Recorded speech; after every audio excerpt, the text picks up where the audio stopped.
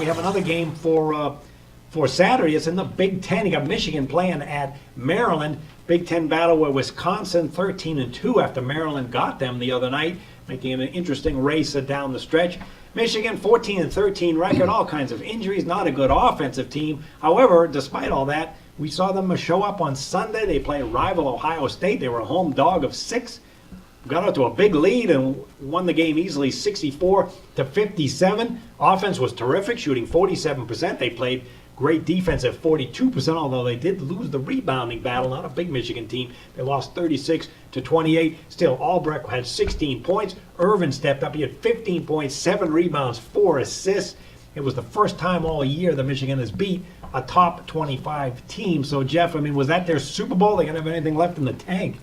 I think you're right. It was Super Bowl. They were not going to lose Ohio State after the past year that Michigan's had. Both football and basketball. It's just been a depressing year for them. They lost in Ohio State again in the big game. And then they lost. They had to go to Ohio State the day after the Buckeyes won the football national championship, and they got blown out that game. So this is one game where they just had to win to salvage something. So this is a big letdown spot for them. They're just 11-14 against the spread.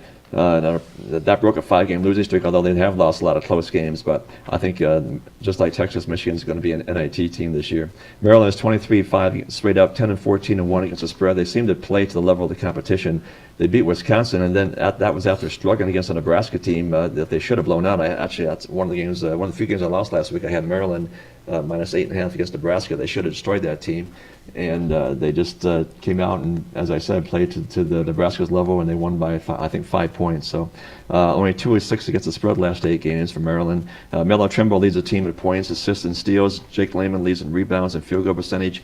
Both teams are in letdown situations, but I'll go with the team that's playing for the better seed in the NCAA tournament and has something to play for against a Michigan who's probably, as you said, won their Super Bowl, and right now we're pretty much playing the rest of the season to get and will probably go to the NIT. So I'll take Maryland in this matchup, John. Well, that's the team that's in the top 20 now. Everything's really going right for Maryland. 23-5 record, 17-1 at home, 5-2 under the total with that great defense. The only thing they're not doing is covering games. A 2-7 spread, although one of those covers was the big showdown with Wisconsin on Tuesday, 59-53. The defense was just spectacular, 38% shooting, and they moved the ball very well. And Shot ended up shooting 48% against terrific Wisconsin defense. They got a nice balance, Maryland does. You get the senior guard in Des Wells. He has scored in double figures in 8 straight games, plus the freshman Melo Trimble, and they got some guys in the front court too. So, Zach, is this a potential letdown spot or a one-sided game here?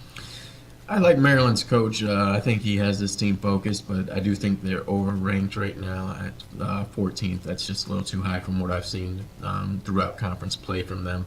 They're guard-oriented with Des Wells and Melo Trimble, and when you have a freshman in Trimble being that leader, that's often hard throughout conference play. In Michigan, even though they've had their issues, once again say John Beilein, he doesn't get talked about, but I think he's one of the top 10 coaches in college basketball. He knows the game ins and outs, and he has his team ready to play. In my opinion, this is going to be one of those games where the line put out by the odds makers is going to be the difference. I think it should be a 4.5 point spread with Maryland, but I'm guaranteeing that they'll make Maryland a 6.5 point favorite, and that would make me lean more towards Michigan just because Maryland plays down the level of competition, like Jeff said.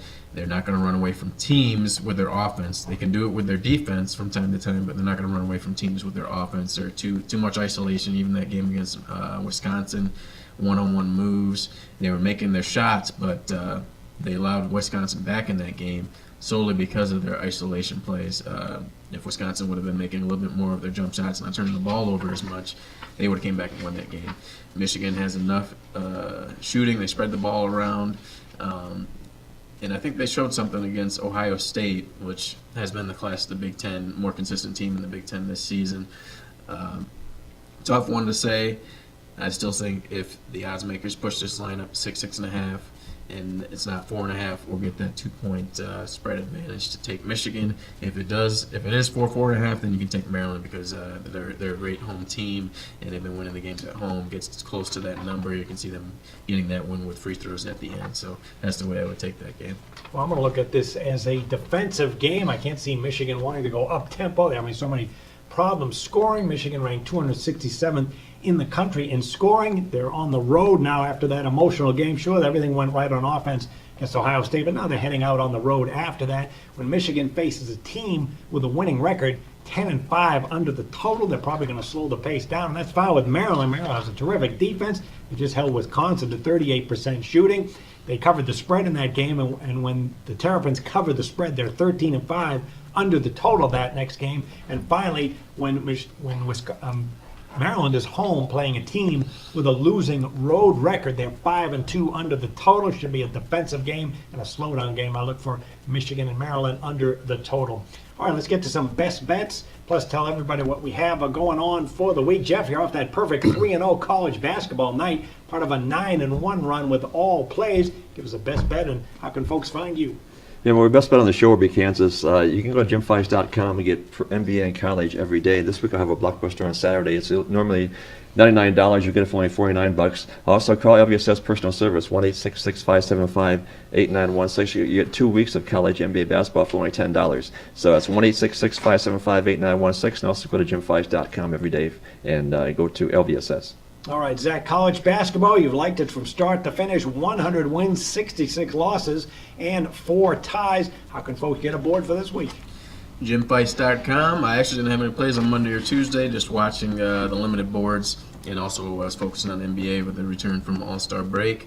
But yeah, JimFeist.com, one of my strategies right now, I talked about it the past couple of weeks, filtering teams out that are trying to improve seeding, that are better than they're ranked, and then downgrading teams that are fading based on field goal percentage and other variables.